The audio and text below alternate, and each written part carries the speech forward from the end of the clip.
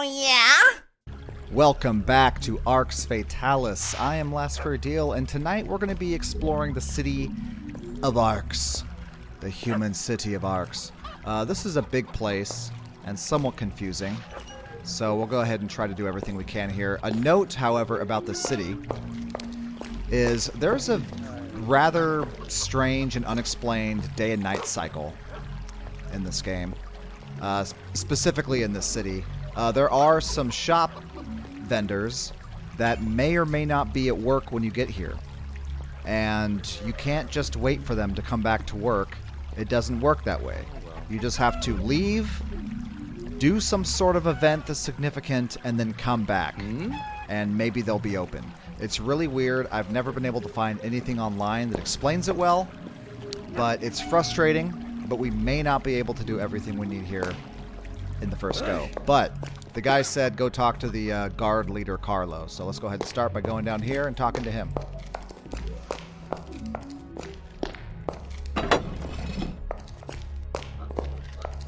I have an urgent message for the king. I am Carlo, captain of the guards. Our king, His Majesty Lunshire, is in the throne room.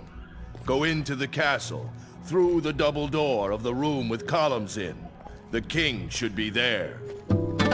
All right. And here we have Locked. a locked chest. You can get a couple axes here. And a metal shield if you want. They don't seem to care.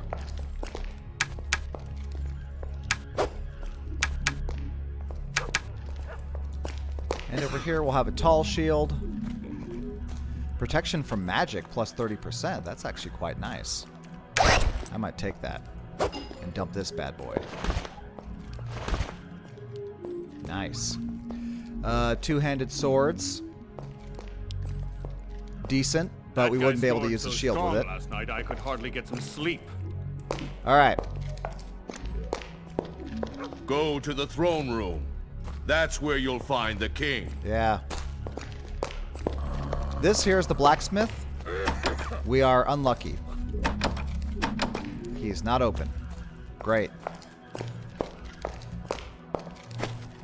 So we're just going to go ahead and explore the entirety of this map. There's going to be a lot of doors that are locked. And most of them will remain locked, honestly. Some of them open through events later in the game, but a lot of them are meant for you to lockpick. You should talk to Carlo if you want to apply for a job. Alright, who we got here? Sir, let me tell you that many people have tried to rob me, but I have here the very best locks, wards, and protections. That's in addition to the painfully well-paid guards. Might as well try to raid the king's coffers. Have a look in these chests and help yourself. So this is the bank. You're now in transaction mode. Beware, a transaction is effective as soon as you pick up an item from or drop an item into the shopkeeper's chest. You cannot change your mind and no refunds are given. So he has some bars of gold we can purchase, or some goblin mine shares, which I don't honestly know how that feature works in the game. I haven't really played around with it much.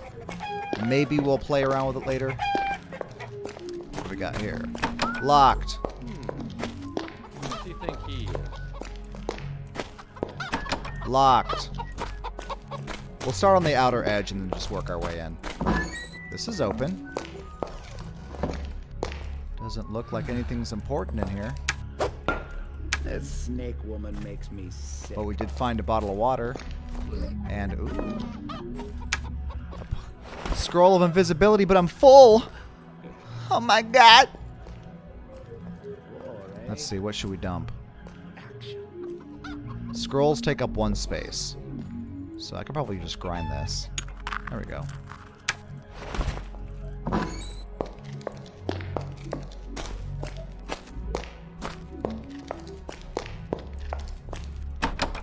Nope. Nope. There is things to do in here, I swear. Nothing in this corner.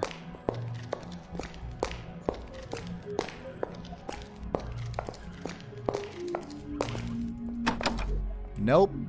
Sorry, buddy. Really? You've trapped me in here. Move, dick.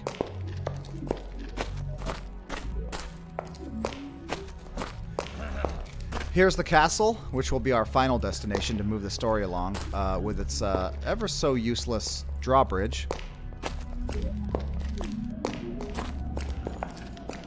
This here is a temple, a church, with various doors in. Oh, look at this. The priest's room or something. Interesting.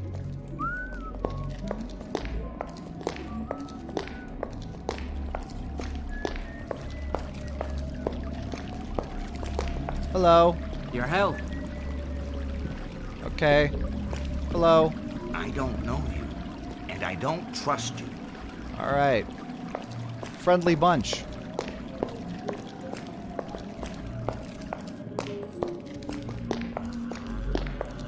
Let's move on.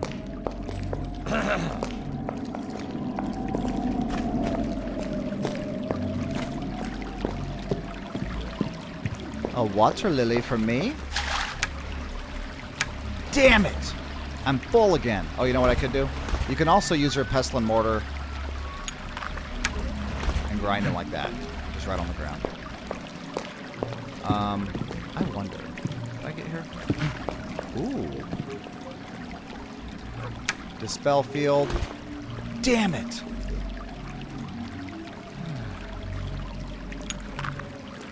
Maybe I should have just gone to the damn shop right off the bat. Offload some of this stuff. But you know what? It's okay. Let's hop down here.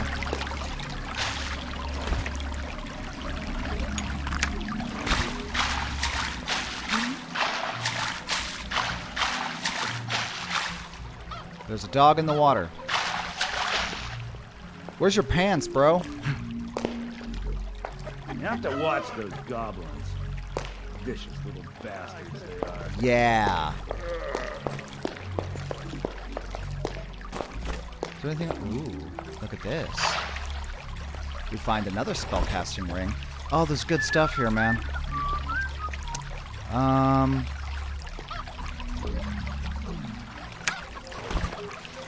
We'll get rid of the ribs. That's what we'll do.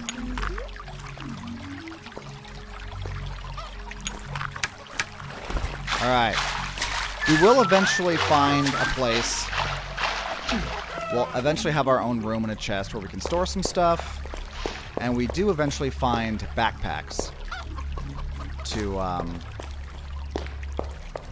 expand our inventory size. But for now, we're kind of limited. Come and visit my shop during working hours. That's the blacksmith. Here's another one of these machines. Don't hurt yourself, Shayne. But I'm a big girl now. Hello, strange man. I'm Shayne. Have you come to take me back? Ma and the guards are always telling me to stay out of here because things from the deeper levels can get in through the crypt. But I like playing with the stone heroes. Tell me about the crypt, Shayne. Well, don't tell anyone. But one day, when the door wasn't shut properly, I went all the way down 4 levels. It was really scary. Okay, I have to go now. See you later. Alright, Shayne will be a part of a side quest later. We have these 2 strange doors. Leave me alone, or I'll call the gods. Who sound kind of creepy and nervous. Leave me alone, or I'll call the gods. We'll deal with that later. Here's the entrance to the crypt Shayne was talking about. As a result of numerous incidents, we request that you do not loiter near the crypt. Carlo. We cannot get in. We need a key, unfortunately. Damn. Damn it all to hell. Shayne, you're in the way. Here we go. Here's a shopkeeper that's open. Welcome to my stall, traveler. I'm Maria. Please take a look at my wares and let me know if you find anything you'd like. Thank you. Here's where we sell. Okay. So in here she has some potions. Potion of invisibility. That's nice. Okay. So she's going to buy most of our stuff. We're going to sell our cheese. You can hold shift and sell the whole stack. We're going to sell our drumsticks. To be entirely honest, if you remain just well stocked on pie, you don't need nothing else. The reason I wanted to keep all this food is because it's easy money. It's not a whole lot of money, but it adds up. You know what I'm saying? You know? Sell these mushrooms. And what else will she buy? They'll only buy stuff that actually kind of makes sense to their shop. Alright. In this chest she has... We're going to take those apples, damn it.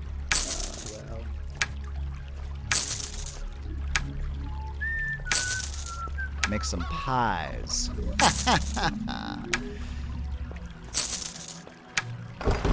Alright. What do we got in here? So we got some rope and stuff. A fishing rod. You can go fishing if you wish. A key ring. This is good. Buy the key ring. So, every time you get a key in the game, double click on it, stick it on your key ring so they all take up one slot. Really nice. Good space saver. Couple more apples. I'll buy those. And down here we have some more runes we can buy, but they're very expensive. Oh, you know what? I forgot I have some loaves of bread.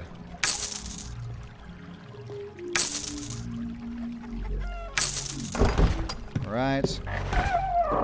Torch, mana potion. Ah, pickaxe. Buy that.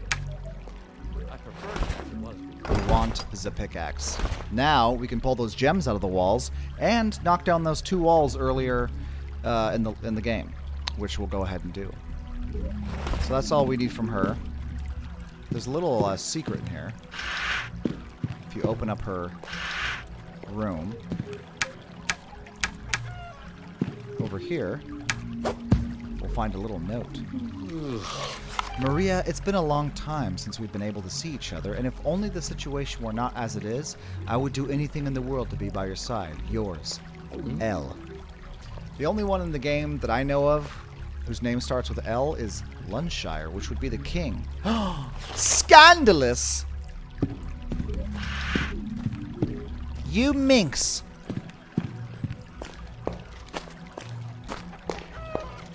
And up here, please be in. Please be in. Yes. The gem dealer. Welcome, stranger. I am Tefiak, the jeweler. I fear I must apologize for my meager stock, but the troll's strike has cut off my supply completely. Is there no other place you can get your gems? No. The goblins are the only suppliers. But if you can find uncut gems for me, I'll make it worth your while. Okay. So he sells gems. And some useless rings. And some gemstones. So we're going to sell our 2 gemstones to him. And we'll sell our other regeneration ring. I don't have that equipped, do I? No. Okay. So we'll sell that and the spellcasting ring, because we already have each of one of those equipped. And I believe that's all he'll buy from us right now that I want to. Oh, I forgot to sell my ribs to her. Okay. Oh. And no, he won't buy that shit. Will he buy this? So I probably don't need lockpicking stuff, because honestly, I don't think I'll be able to lockpick anything in the game, since I'm not raising the points at all. But I suppose I could keep one set around.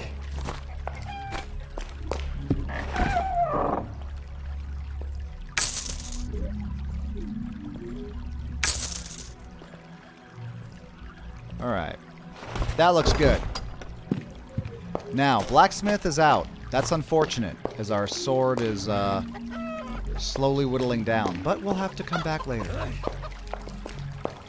Asshole, get your ass to work. Anyway,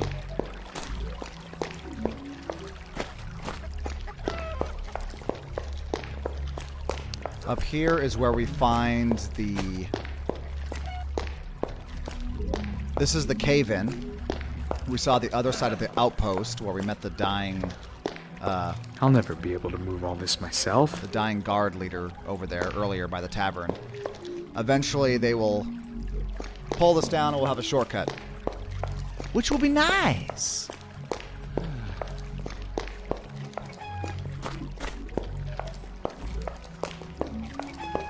And I apologize if this level isn't quite as eventful as you were hoping, but Was it 2 or 3? You don't know me? I'm Alicia. And Gary the banker is my fiancé. One day soon we will be wed, and then I shall be wealthy and powerful, as well as beautiful. I see. Do you not work with him? Work? Like a commoner? Perish the thought. Why should I work when Gary is so fabulously rich? I mean, yeah, sure, I guess so. Makes sense. Alright, I think we have more or less explored the outside of the city. So let's go ahead and go inside the castle.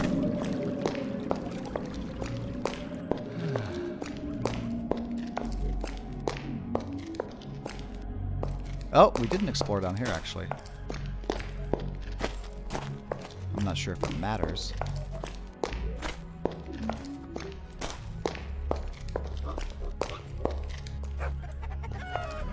This doesn't go anywhere.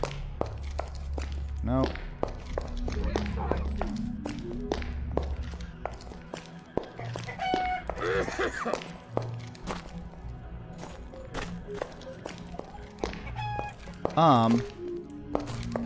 I confused.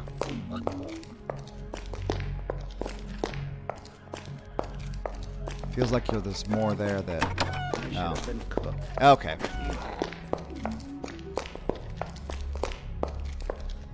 Well, let's just head back to the castle here.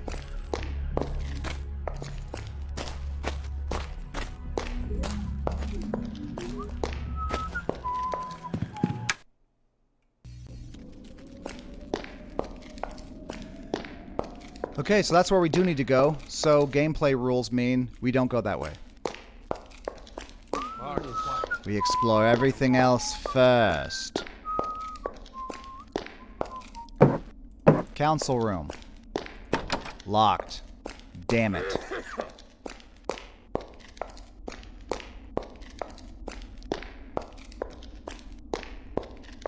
Down here is the sex dungeon. Locked.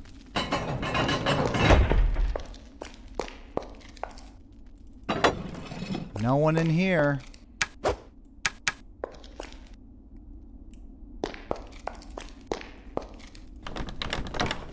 Trapdoor that you can't open. Guess that's it for that. But my favorite area is coming up. And you should be excited because it's the kitchen. Oh my god. Do you know what that means? That means more apple pies. Oh my fucking god. So, let's go in here. Oh my god, look at all this wonderful water.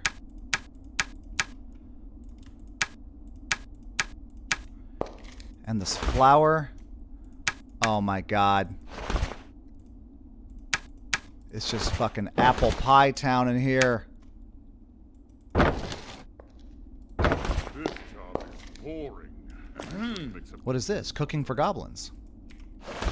Recipe for CM bells? No idea. Mix the sugar and flour, add the required amount of water, and knead the dough until it is of an even consistency. When this has been done, put it in the oven, taking care not to burn it. Once it's cooked, shake a chicken's egg and mix the white and the yolk. Spread this mixture on your cake and put it back in the oven for a minute or so. I don't think you can make this. I haven't seen a chicken's egg in the game. All right, baby. You know what time it is. It's time to make some pies.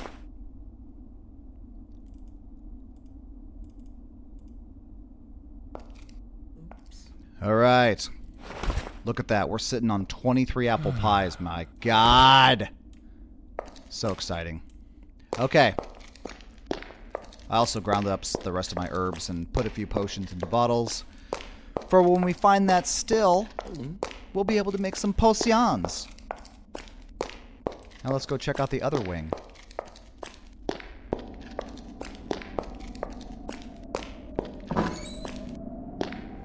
Here we have the guard station.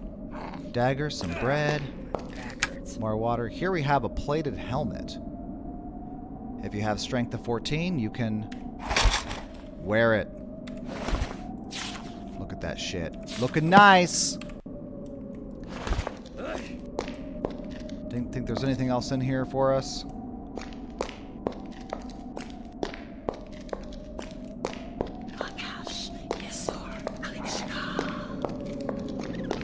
Yes. Well, look at that. Heal. There is some strange whispering. We're going to find a creepy lady right over here. In the library and laboratory.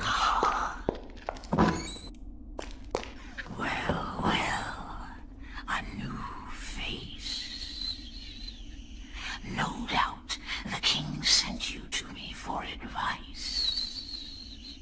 As you can see, I look after the kingdom's library. What can I do for you? Okay. I mean, she looks chill with her fucking blood pentagram down there. Cool. Let your mind lose itself in this library, and perhaps you will find some volume to help you. So we've got some books in here we're going to read. This is where we encounter the lore dump.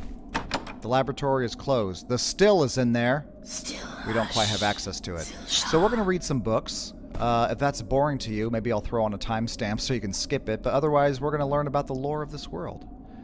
So let's find some books to read. If it just says a book, it's not readable. I have to have a title. So here we go. The Ancient Gods by Abdul al-Raif.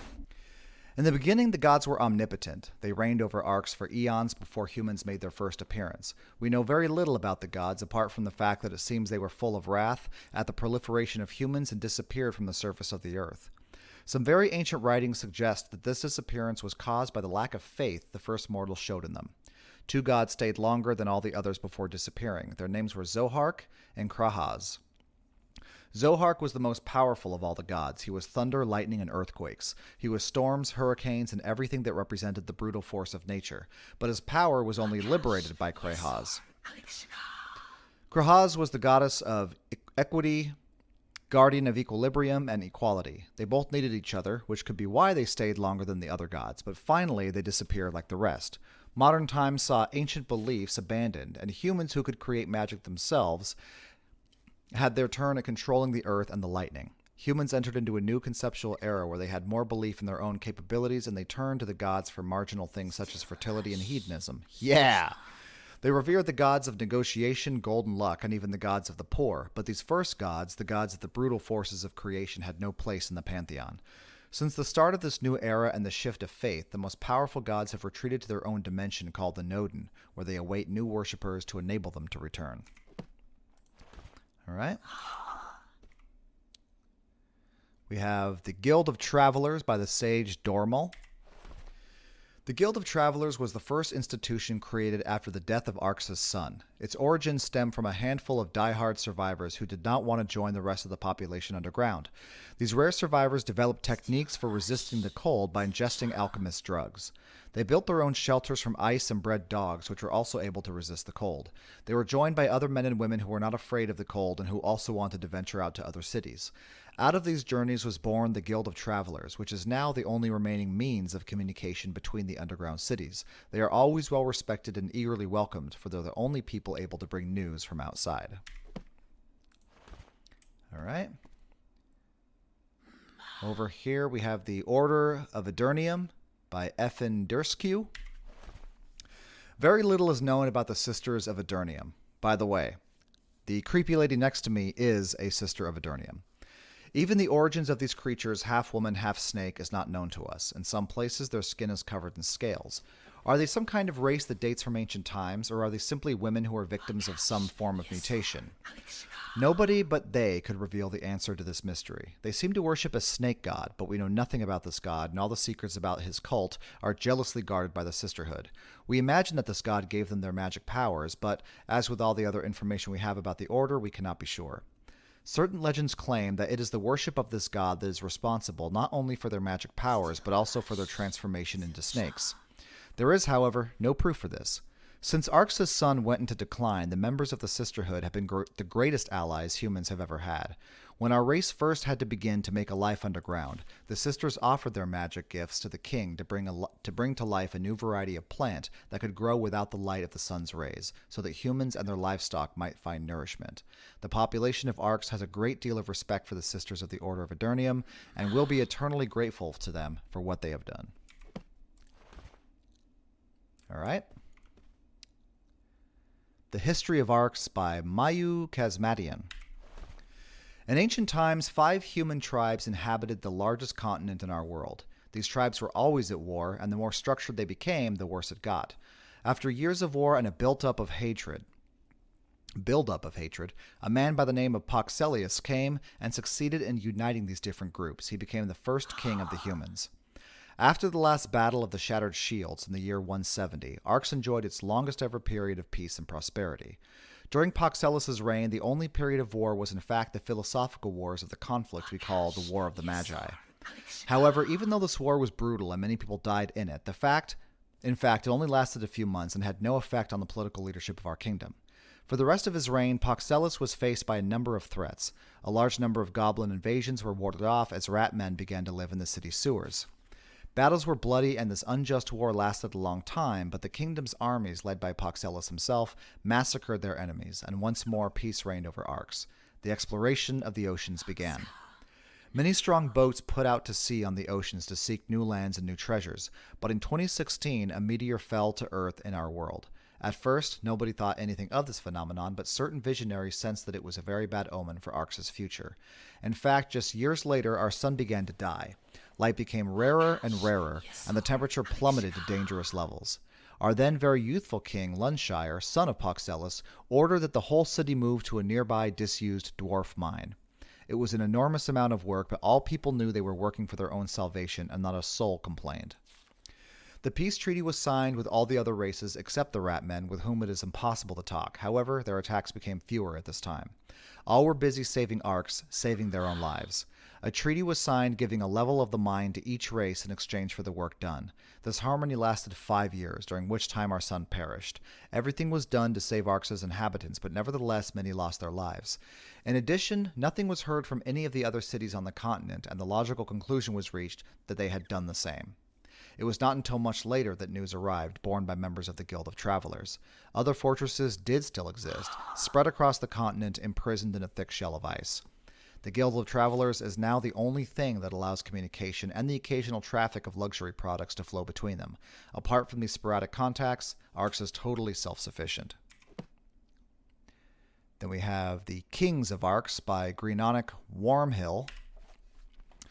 Poxelus was our first king. He was the first to bring together the 5 human tribes living on our continent in the year 170. These tribes had been constantly in conflict with each other since the beginning, but not one of them was powerful enough to establish supremacy over the others.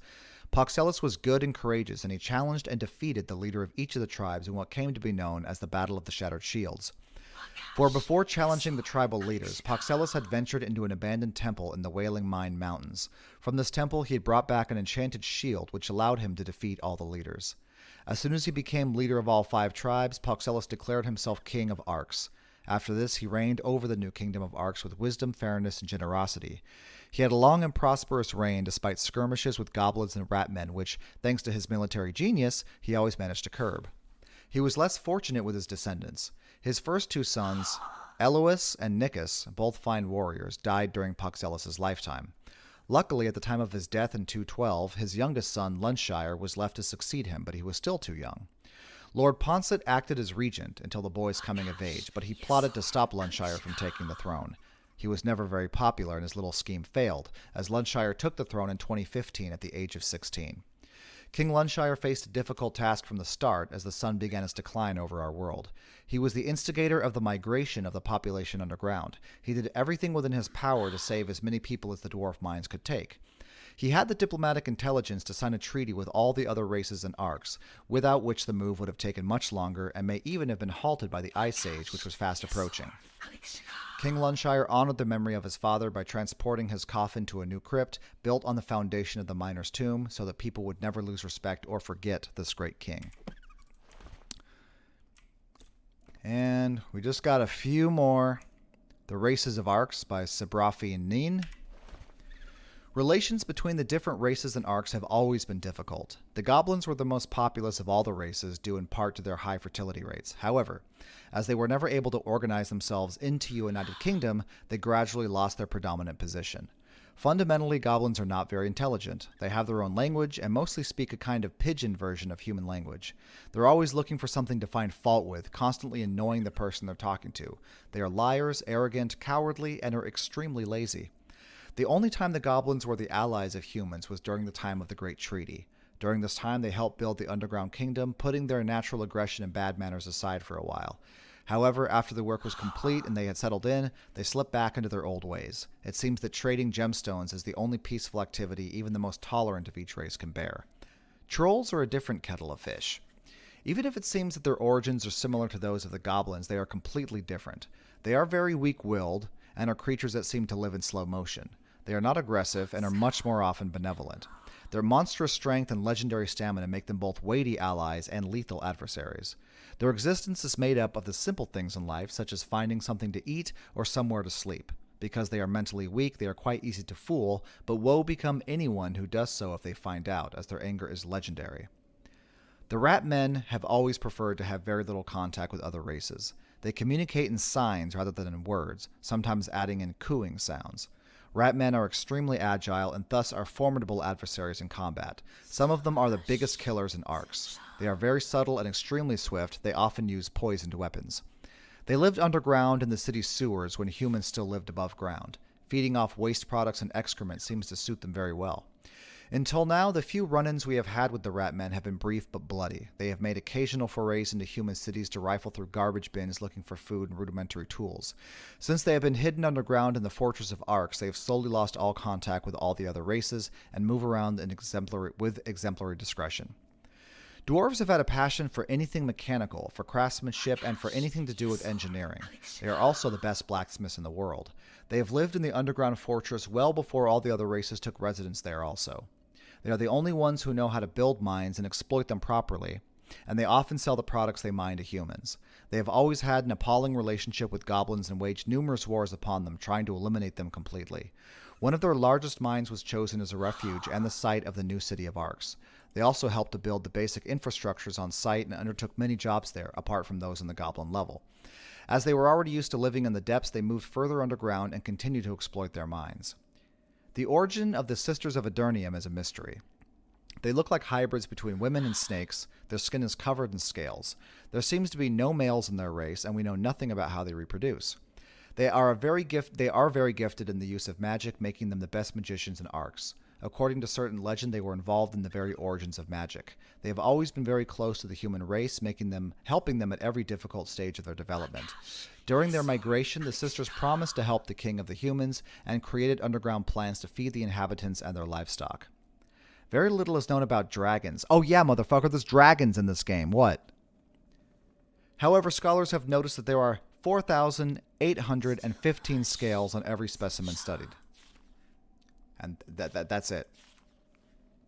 Period. All right. We have Great Inventions of Arx by Edric Errol. Human imagination has always given our society fantastic inventions. Everyone can remember the gigantic balloons kept aloft by hot air, which gave us such great capacity for exploration in the past. They also provided an excellent surveillance system against invasions, allowing us to keep watch over great distances. Another of the most fabulous inventions ever conceived was the submarine. This marvelous construction brought us a new means for fighting off pirates and goblin fleets. This gave us naval supremacy during the dark years of chaos and despair. Lord Marco, creator of this priceless invention, is one of the most celebrated heroes in the whole of Arx, but the greatest human invention is undoubtedly the underground kingdom of Arx. Perhaps it is not so much an invention as the conversion of an existing structure. Its origins are that of an old dwarf mine with a particularly effective ventilation system. Already a splendid structure, it has become even more impressive thanks to the way humans have organized it. The old mine became a truly autonomous world using all available space. Each known race was granted a level, in accordance with the treaty signed in the year 217. This kingdom is a living demonstration of what human determination can achieve. And I think we have one more. Know Your Gods and Demons by the theologian Braconus. Alador, created on Omnis, benevolent god, seems to have retired after having given humans free reign over his dimension, and in particular the capacity to control their own destiny. He is assumed to have been very powerful, but he can never put his full powers on display before leaving the dimension of Omnis. Omnis, maybe? Zarm, created on Omnis, evil god, the exact opposite of the previous god. Zarm was very angry with Alador for the independence he gave to the humans. Seeing that he could not take this away from them, he undertook to try to get them under his control by reducing them to slavery. Akba, there's that name again, we saw that on the note in the Goblin Dungeon. Created on Koltk, that's a hard word to say, Koltk, evil god. Named the god of destruction because he destroyed Koltk completely. He was initially adored by his followers because of the help he gave them during their wars and conflicts. Turkio, created in Arx, benevolent god. Despises the futility of the rich. It is advisable to get rid of all your golden pieces before doing any kind of business with him. Period. Alright, that's it. Oh, my mouth is dry. That's a lot of reading. Okay, welcome back if you skipped all that. So, let's go ahead and continue down this wing. We have the Observatory, which there's a nice little thing up here. I said that you can never see the light of day in this game. That is true, but we can catch a little glimpse of the surface in the observatory. I am the new astronomer. I was assistant to poor Fallon Orba Planix, and since his death, I do my best to look after the observatory. Alright. Locked. Locked chest. Nothing really to do in here, but you can see in here.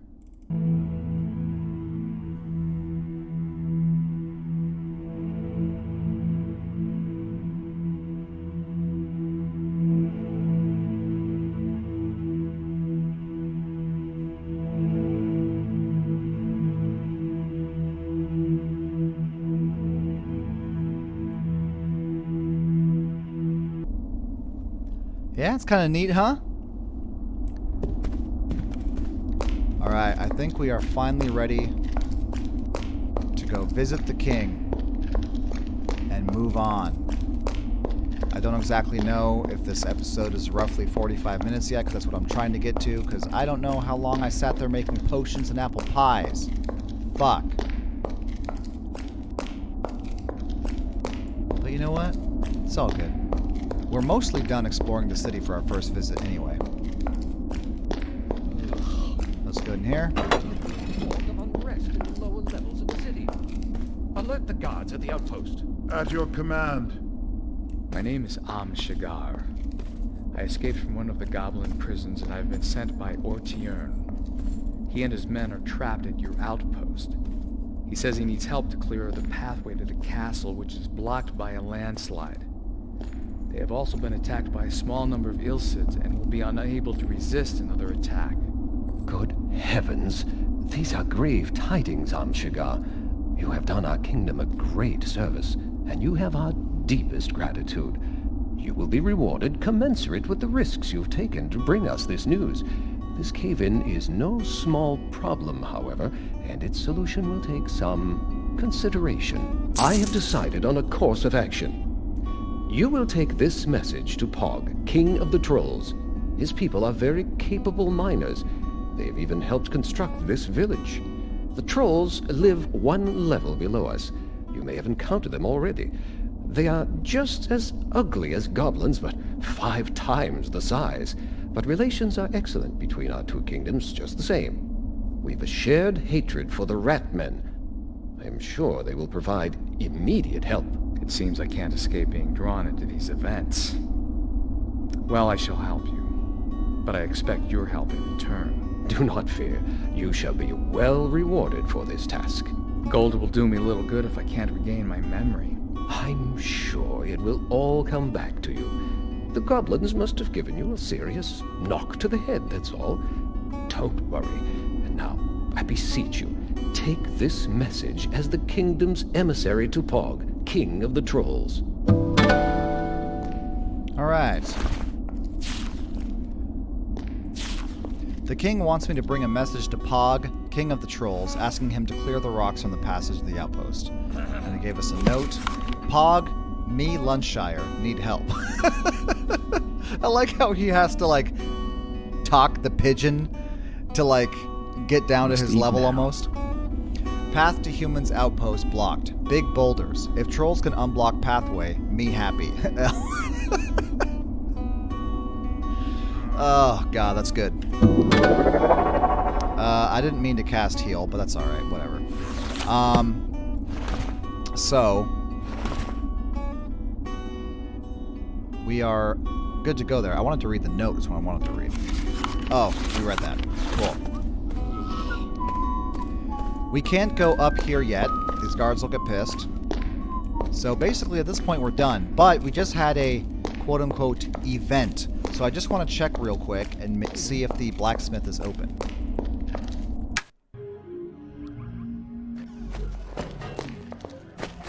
You better be open. Yeah. No, it's the bank, motherfucker. Yes. Welcome to my shop, friend. I am Miguel. Arms and armor are my trade and my life. If you need anything repaired, just leave it with me and I'll get right to it. Okay.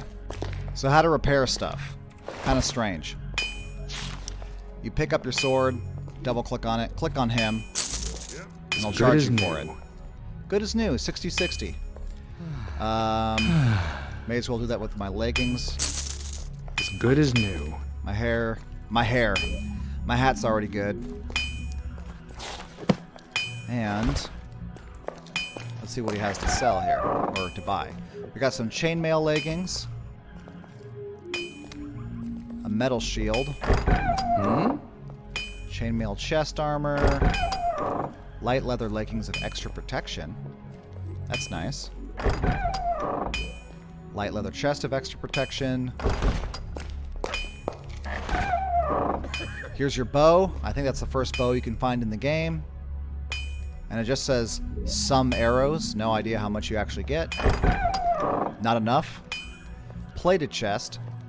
The problem with really heavy armor is it reduces your ability for stealth, obviously. But it also reduces your ability to defend against magic. So you kind of have to take that into account if you're going full fucking berserk mode. Now, I might want the Cyprian Longsword of Force. Eventually. Damage plus 7.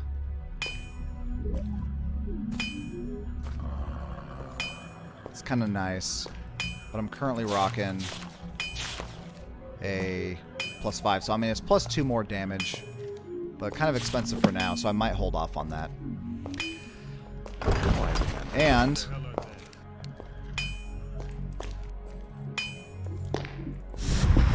ooh. Yeah. So I think we are good with our first visit. So I think that's going to be an episode. So thank you very much for joining me. Next time we're going to go ahead and talk to the what's his name? Pog, King of the Trolls. We're going to get that tunnel unblocked so they can get some help to the outpost. So thank you very much. Again, peace out. Have a good night. Stay safe out there. I love you. Bye.